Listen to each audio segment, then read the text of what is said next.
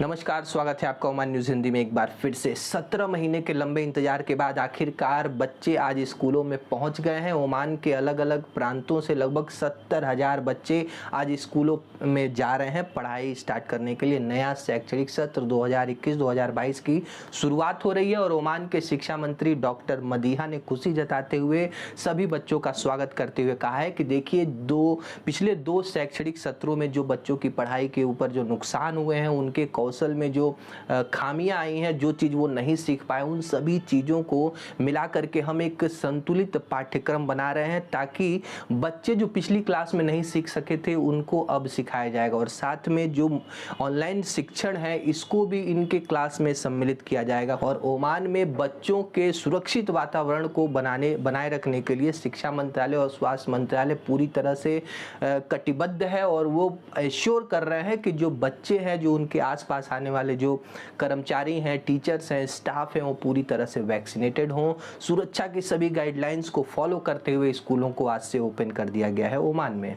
Oman के स्वास्थ्य मंत्री डॉक्टर अहमद मोहम्मद अल सईदी ने बताया है कि ओमान में कोविड-19 का जो संक्रमण दर है वो धीरे धीरे कम होता जा रहा है और इसका ताज़ा उदाहरण उन्होंने दिया कि ओमान के आईसीयू में इस समय केवल 20 मरीज ही एडमिट हैं। एक समय ऐसा था कि हॉस्पिटल्स में बेड्स नहीं अवेलेबल होते थे, लोग वेट करते थे कि कब बेड्स खाली होंगे और कब हमारा नंबर आएगा। लेकिन ओमानी गवर्नमेंट के इतने जी तोड़ मेहनत के बाद और इसमें बताया गया है कि सबसे बड़ा हमारा हथियार है कि वैक्सीनेशन के दर को बढ़ाना। जी हाँ, और लोगों ने जिस तरह से वैक्सीनेशन कराने के लिए भाग लिया है वो भी बहुत ही काबिले तारीफ है। ओमान में इस समय 90% लोग एक टीका ले चुके हैं और जल्द ही इनके सेकेंड डोज की भी जो व्यवस्था है वो की जा रही है। वैक्सीनेशन की रफ्तार बढ़ाई जा रही है।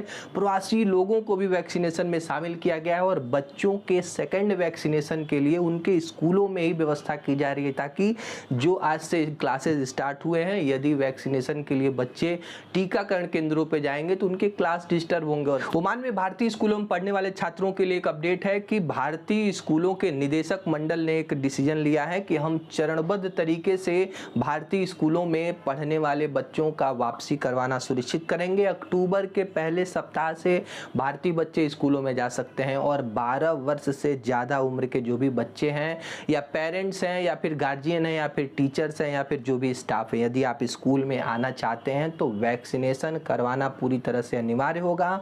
और थोड़ा सा लेट इसलिए भारतीय स्कूलों ने लगाया है क्योंकि अभी प्रवासियों, कुछ ऐसे प्रवासी हैं या फिर उनकी फैमिलीज है जिन्होंने वैक्सीन नहीं लिया है और ऐसे में वे थोड़ा सा लेट करके लेकिन ये कंफर्म करना चाहते हैं कि जब तक पूरी तरह से वैक्सीनेशन ना हो जाए हम स्कूलों में बच्चों को वापस नहीं बुलाएंगे। विश्व स्वास्थ्य संगठन WHO के महानिदेशक डॉक्टर ट्रोडस इस समय ओमान के दौरे पर हैं और उन्होंने ओमानी सरकार के द्वारा उठाए गए कदमों की बहुत ही प्रशंसा की है कि ओमान ने जिस तरह से कोविड संक्रमण पे प्रभावी रूप से इस पे रोक लगा दी है उससे वो काफ़ी खुश नजर आए। और जिस तरह से वैक्सीनेशन की रफ्तार ओमान में है, मृत्यु दर कम हो रही है, जो संक्रमण दर है वो भी कम हो रही है, इससे संतुष्टि जताते हुए कहा है कि ओमान गल्फ देशों के लिए एक अच्छा उदाहरण है कि किस तरह से पाबंदियों को लागू करते हुए इन्होंने कोविड-19 के संक्रमण पे काबू पाया। रॉयल ओमान पुलिस ने बच्चों के नए शैक्षणिक सत्र स्टार्ट होने पर बधाई दी है और साथ में उनसे एक रिक्वेस्ट की है कि आप स्कूल जा रहे हैं लेकिन